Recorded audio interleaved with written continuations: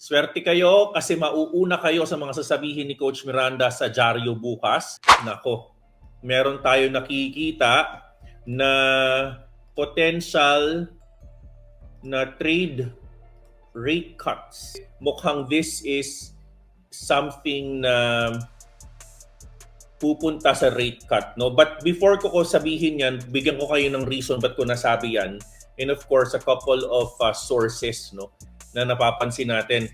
The Fed had a closed door meeting nung isang araw, no? At ang palagay ko diyan this is to understand the effects, no, long term, no, ng ekonomiya. Mukhang pinapabagsak ni Trump ang economy, no, para manalo siya sa argumento with Powell, no, to cut rates. So puntahan po natin yan on this exclusive analysis. Why is this important? Isa lang naman ang sagot dyan. When the Fed cut rates, it's gonna be pumping the equities. It will pump the economy again.